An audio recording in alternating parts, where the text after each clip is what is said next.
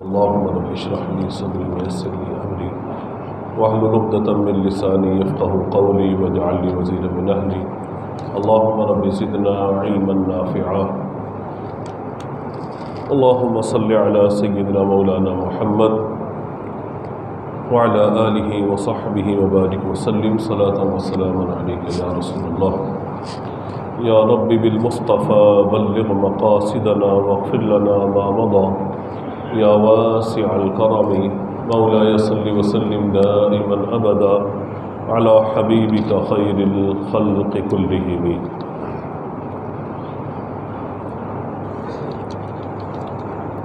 حضور اکرم صلی اللہ تعالی علیہ وآلہ وسلم نے ارشاد فرمایا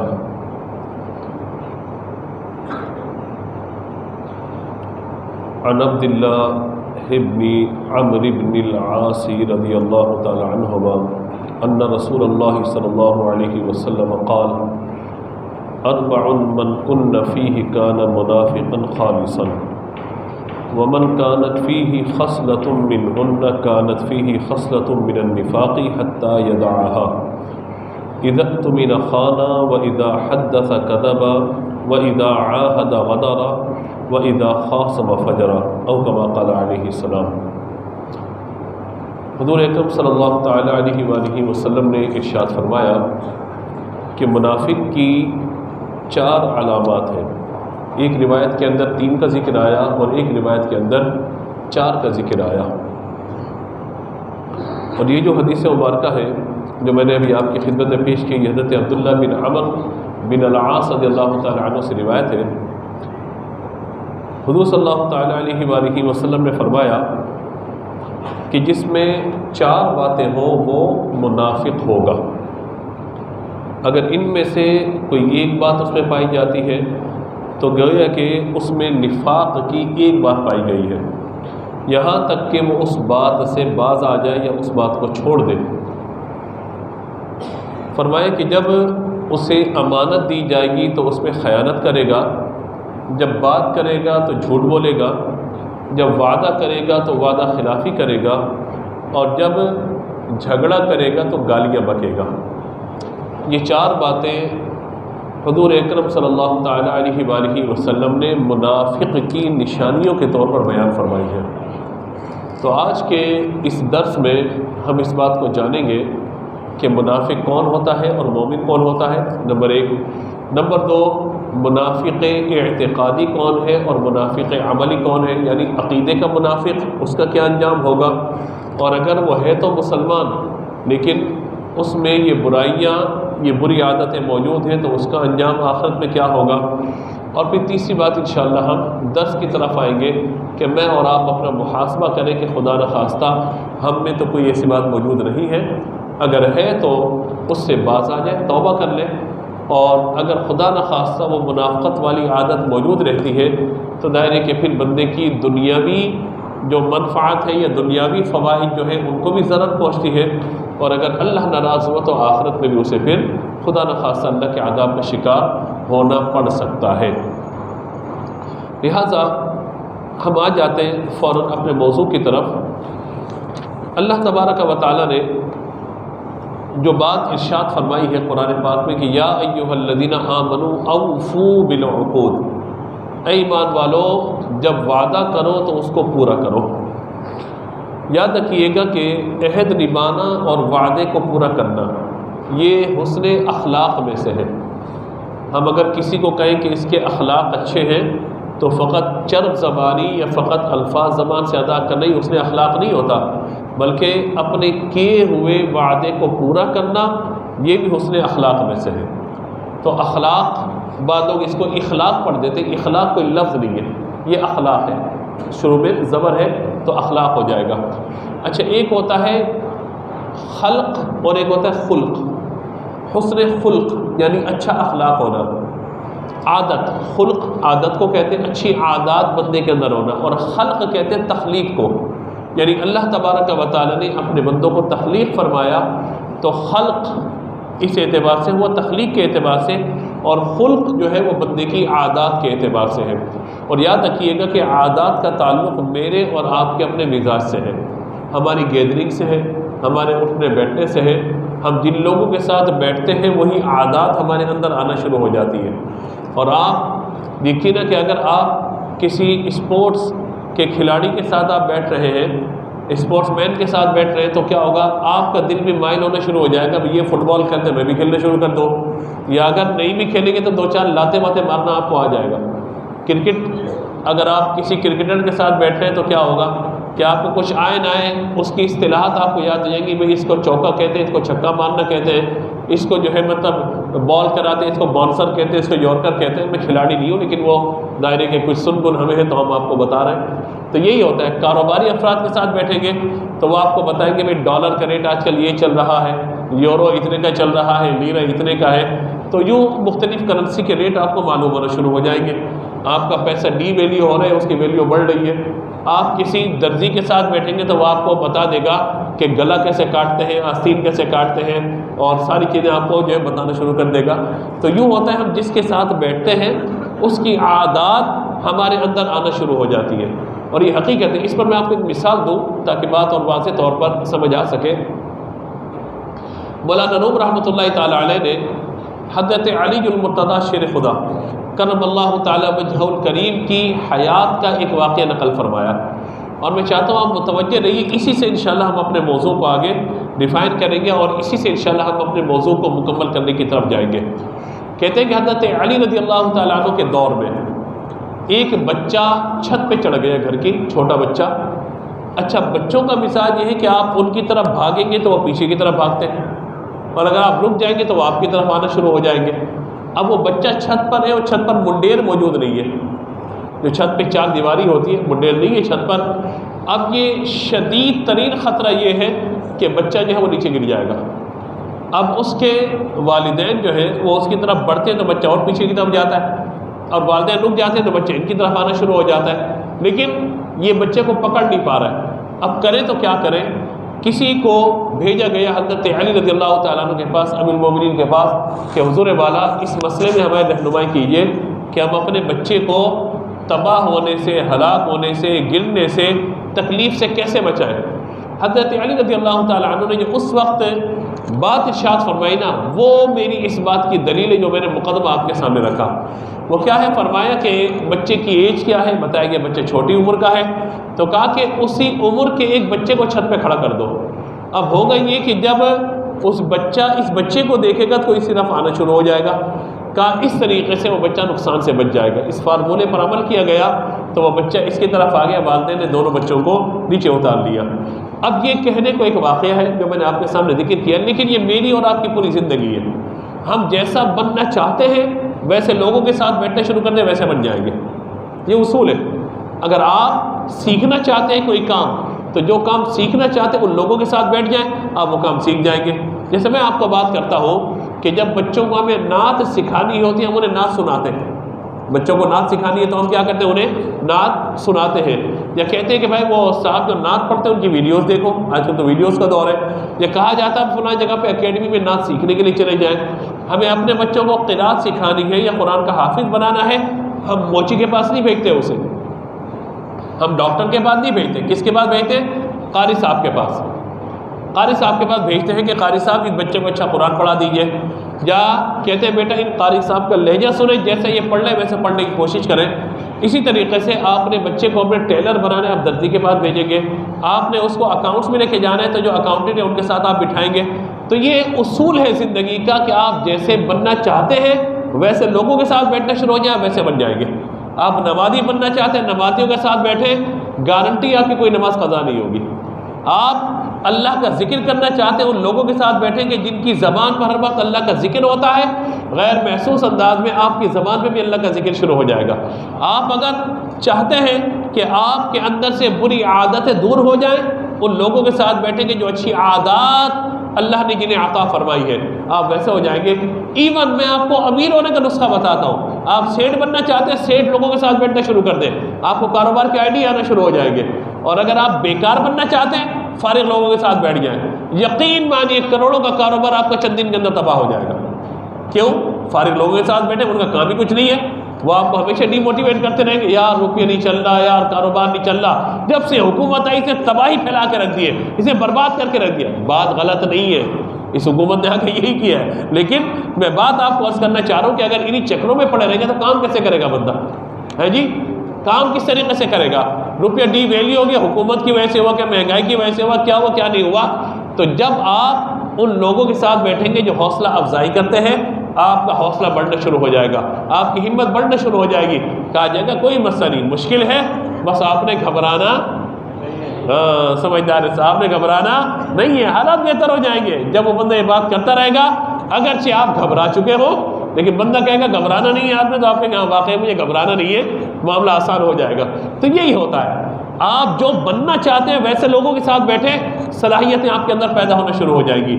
یاد رکھیے یہ میری اور آپ کی زندگی کا بہترین اصول ہے. ہم جو کام کرنا چاہتے ہیں ان لوگوں کے ساتھ شامل ہو جائے، وہ کام ہو جائے گا. آپ داڑھی رکھنا چاہتے ہیں، ان لوگوں کے ساتھ بیٹھے کہ جو داڑھی والے ہیں، خود بخود آپ کا دل مائل ہو جائے گا، کیونکہ ماحول کا اثر میں اور آپ قبول کرتے ہیں. میری اور آپ کی زندگی میں ماحول کا اثر ہوتا ہے. جیسے مثال کے طور پر مسجد میں موجود ہے اس وقت، اب ہمارا دل اللہ کے ذکر کی طرف مائل ہے، ہمارا دل عبادت کی طرف مائل ہے. ہم نماز جمعہ کی تیاری کے لیے اس وقت یہاں پر بیٹھے ہوئے ہیں، تو دل چاہتا ہے اچھی اچھی باتیں سنیں، دل چاہتا ہے کہ ساری باتیں. جھوٹے لوگوں کے ساتھ بیٹھیں گے آپ کے اندر جھوٹ پیدا ہو جائے گا. گالی بکنے والوں کے ساتھ بیٹھیں گے آپ کی زبان پہ گالیاں پیدا ہو جائیں گی. اگر آپ اچھے اخلاق والوں کے ساتھ بیٹھیں گے آپ کا اخلاق اچھا ہو جائے گا. آپ اگر برے اخلاق والوں کے ساتھ بیٹھیں گے آپ کا اخلاق برا ہو جائے گا. یہ زندگی کا اصول اپنے ذہن کے اندر رکھ لیجئے. اور ایک بات اس سے بڑھ کے میں عرض کرنا چاہتا ہوں، وہ کیا ہے؟ ہم چاہتے ہیں ہمارے بچے نیک بنے، ہم چاہتے ہیں ہمارے بچے اکاؤنٹنٹ بنے، ہم چاہتے ہیں ہمارے بچے بزنس مین بنے. جو آپ اپنے بچوں کو بنانا چاہتے ہیں آپ ویسے بن جائیں. بچے آپ کو دیکھ دیکھ کر ویسے بن جائیں گے. آپ مہمان نواز بننا چاہتے ہیں، آپ مہمانوں کی قدر کیجئے، ان کی عزت کیجئے، ان کی آپ جو ہے وہ تعریف و توصیف کیجئے، ان کا اہتمام کیجئے مہمانوں کا. آپ کے بچے بھی مہمان نواز بن جائیں گے. لیکن اگر آپ عادات سے بیزار ہیں مہمانوں کے آنے سے، تو یہ یقین رکھیے کہ آپ کا بچہ بھی مہمانوں کی قدر نہیں کرے گا. ہم چاہتے ہیں ہمارے بچے ہماری عزت کریں، ہم اپنے بڑوں کی عزت کریں.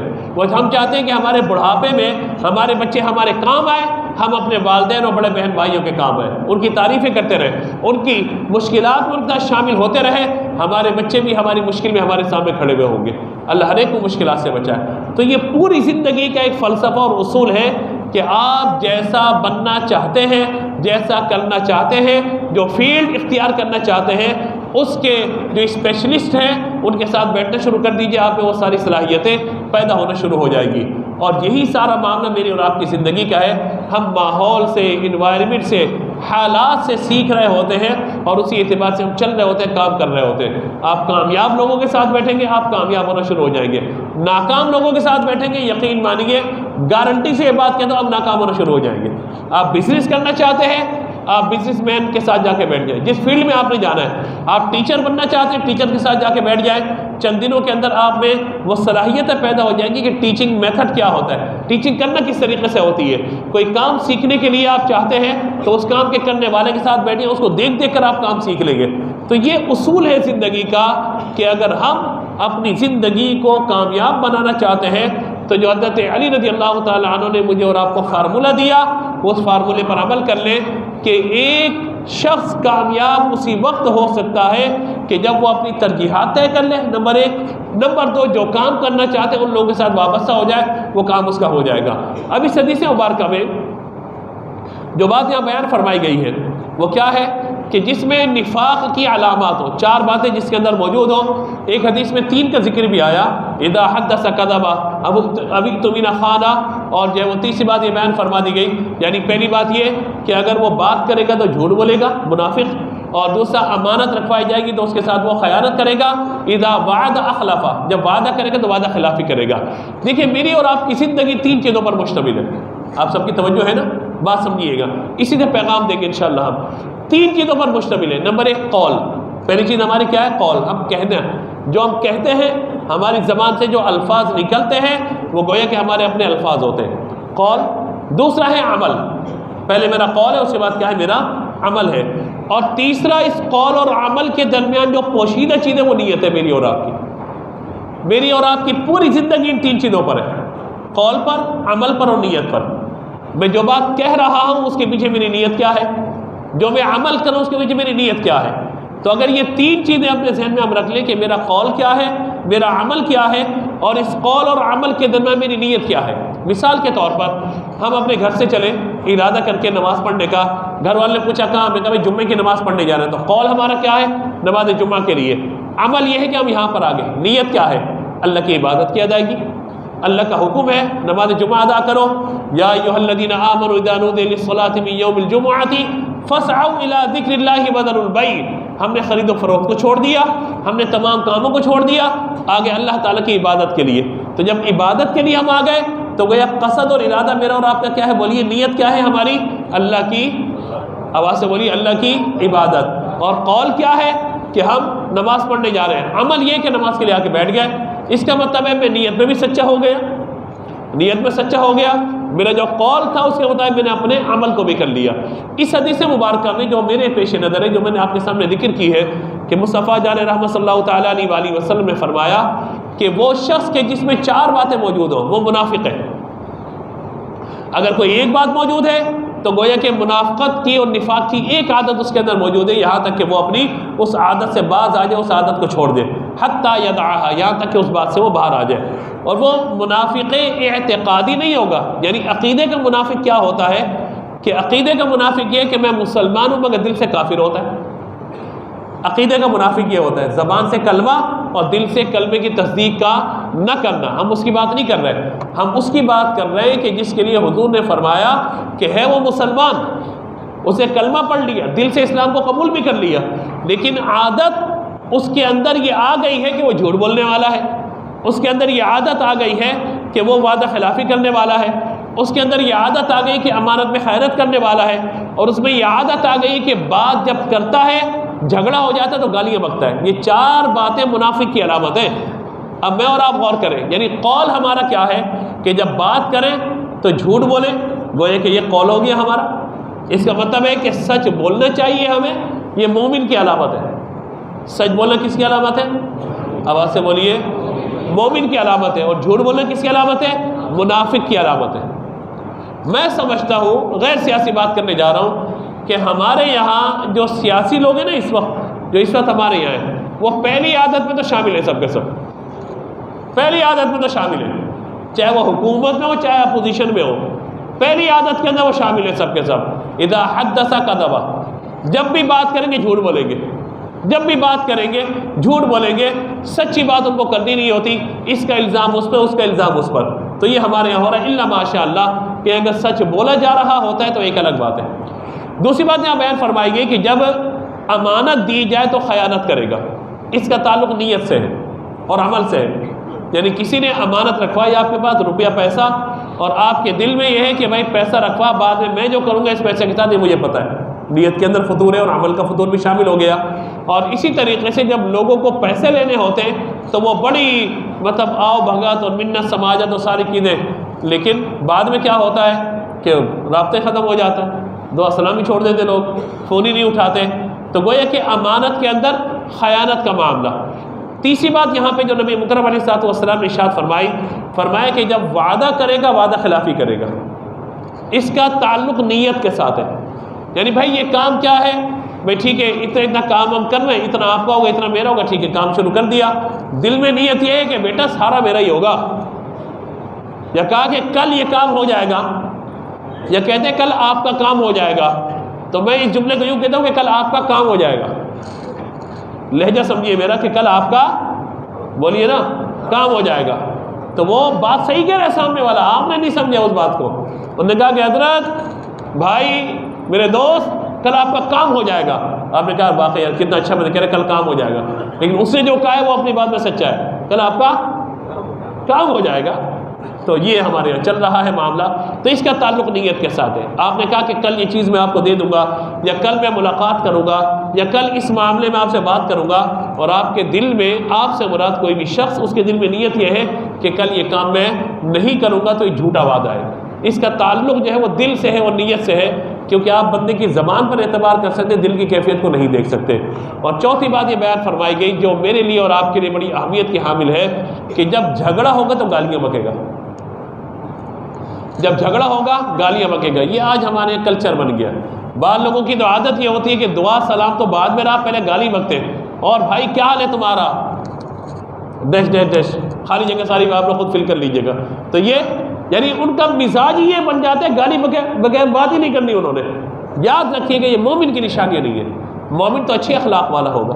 مومن جب بات کرے گا تو بولیے کیا کرے گا، سچ بولے گا. جب وعدہ کرے گا تو اس کو پورا کرے گا. کوئی امانت رکھوائی جائے گی تو اس میں خیانت نہیں کرے گا. اور خدا نخواستہ رنجش ہے، جھگڑا ہو گیا تو اسے وہ گالیاں نہیں بکے گا. یہ مومن کی نشانی نہیں ہے، یہ منافق کی نشانی ہے. ہم اور آپ غور کریں، محاسبہ کر لیں. خدا نخواستہ ہم جھوٹے وعدے تو نہیں کرتے، خدا نخواستہ ہم جھوٹ تو نہیں بول رہے ہوتے. خدا نخواستہ کسی نے ہمیں کوئی امانت رکھوائی، چاہے وہ امانت مال کی صورت میں ہو یا امانت اس کا کوئی راز ہو. ایسا ہوتا ہے نا بعض کا، میں آپ کے سامنے یہ بات بتا رہا ہوں، یہ راز رکھوا رہا ہوں، تو لہٰذا یار کسی کو بتانا مت یہ بات. آج کل آڈیو لیکس اور ویڈیو لیکس کا بڑا دور آ گیا، تو لہٰذا کسی کو راز بتاتے ہوئے 100 مرتبہ سوچیے گا کہ ایسا تو نہیں کہ ہم آڈیو میں کس کو بھیجنا ہے، ٹیکسٹ بھیجنا ہے کسی کو، اسکرین شاٹ لے لے یا اس آڈیو کو فارورڈ کر دے یا ویڈیو کو فارورڈ کر دے، پتہ لے بندہ پریشانیاں میں. تو تمہیں بتائی تھی یہ بات؟ اس نے کہا جی آپ نے مجھے بتائی تھی، میں نے بھی اپنے کسی دوست کو بتائی تھی، اس نے اپنے کسی دوست کو بتائی تھی، چوتھا دوست میڈیا والا تھا، اس نے جناب سوشل میڈیا میں ڈال دی اس چیز کو. تو بہت احتیاط کی ضرورت ہے اپنے قول میں، اپنے عمل میں، اپنی نیت میں. اور خدا نخواستہ کبھی خلاف مزاج بات ہو جاتی ہے، رنجش ہو جاتی ہے. میں یہ دیکھتا ہوں کہ لوگ آج کل گالی بکے بغیر بات ہی نہیں کرتے. یعنی زبان پر ایسا لگتا ہے کہ پوری انہوں نے پریکٹس کی ہوئی ہے، کوئی 15 18 20 25 گالیاں یاد کی ہوئی ہے زبانی، کہ جیسے موقع ملے گا 1 2 3 4 5 کر کے پوری کاؤنٹنگ کریں گے، 20 25 اور 30 تک پوری گالیاں بکے گا. جب تک پوری نہیں بک دے گا خاموش نہیں ہوگا بندہ.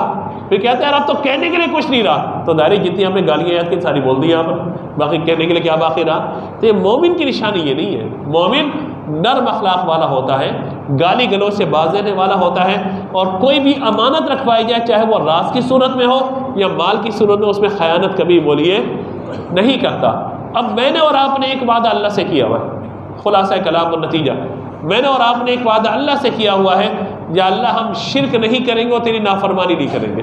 قرآن پاک کی جو آیات ہیں، ہم شرک نہیں کریں گے. اللہ کا شکر ہے ہم شرک سے محفوظ ہیں، یعنی اللہ کے علاوہ کسی اور کو اللہ کی عبادت میں یا اللہ تعالیٰ کو ماننے میں شریک کوئی نہیں کرتا کوئی مسلمان. تو ایک بات تو یہ طے ہے. لیکن عملی اعتبار سے ہم نے جو اللہ سے وعدہ کیا کہ اللہ ہم تیری بندگی کریں گے، تیری عبادت کریں گے، تیری نافرمانی والے کام نہیں کریں گے، شاید عملی طور پر ہم اپنے رب سے کیے ہوئے وعدے کے خلاف کام کر رہے ہیں. لہٰذا آج کا درس کا نتیجہ یہ ہے کہ جو وعدے عوام اور لوگ آپس میں کرتے ہیں ان کو پورا کرنا بھی ضروری ہے، اور جو وعدہ ہم نے اپنے رب سے کیا ہوا ہے کہ ہم اپنے رب کو راضی رکھیں گے، اپنے رب کو ناراض نہیں کریں گے. اللہ نے جو چیزیں ہم پر حلال فرمائی ہیں ان پر عمل کریں گے، جو چیزیں حرام فرمائی ہیں ان سے اجتناب کریں گے. تو لہذا پھر ہمیں اپنے رب سے کیے ہوئے وعدے کو بھی پورا کرنا ہے. اور وہ وعدہ کیا ہے؟ یا ایھا الذین آمنوا اتقوا اللہ حق تقاتہ ولا تموتن الا وانتم مسلمون. اے ایمان والو اللہ سے ڈرو جیسا ڈرنے کا حق ہے. اور وعدہ کیا کیا ہے ہم نے اللہ سے؟ ولا تموتن الا وانتم مسلمون. تم اس حالت میں مرنا کہ تمہارا ایمان سلامت ہو. یہ میرا اور آپ کا ایک ٹارگٹ ہونا چاہیے کہ موت کے وقت اللہ تعالیٰ میرے اور آپ کے ایمان کو سلامت رکھے. اگر ایمان سلامت ہے تو گویا میں نے اور آپ نے اپنے وعدے کو اللہ کے حضور پورا کر دیا ہے، اور پوری زندگی مجھے اور آپ کو اس وعدے کو ساتھ لے کر کے چلنا ہے. اور ہم اپنی دعاؤں میں اس بات کو شامل کریں کہ اللہ تعالیٰ ہمارے ایمان کی حفاظت فرمائے. ایمان سلامت ہے تو آخرت اچھی ہو جائے گی، ایمان سلامت ہے تو اللہ تعالیٰ اپنی رحمت سے جنت عطا فرما دے گا. لیکن خدا نخواستہ ایمان ہی برباد ہو گیا جھگڑے کرنے کی وجہ سے، گالیاں بکنے کی وجہ سے، جھوٹ بولنے کی وجہ سے، وعدہ خلافی کی وجہ سے، امانت میں خیانت کرنے کی وجہ سے، خدا نخواستہ ایمان برباد ہو گیا تو آخرت برباد ہو جائے گی، ہمیشہ کے لیے بندہ جہنم میں رہے گا. ہم اللہ سے پناہ طلب کرتے اللہم اجرنا من النار، اللہ تعالیٰ میں جہنم کے عذاب سے محفوظ فرمائے. اور اللہم انا نسألک الفوز بالجنۃ والنجاۃ من النار. اور اللہ کی بارگاہ میں ہم ایمان کی سلامتی کی دعا کریں کہ اللہ تعالیٰ ہمارے ایمان کو وقت نظر سلامت فرمائے. مجھ سے گفتگو میں کوئی غلطی ہوئی ہو اللہ کی بارگاہ میں معافی کا طلبگار ہو، آذان ہوگی اس کے بعد سنت ادا کیجیے.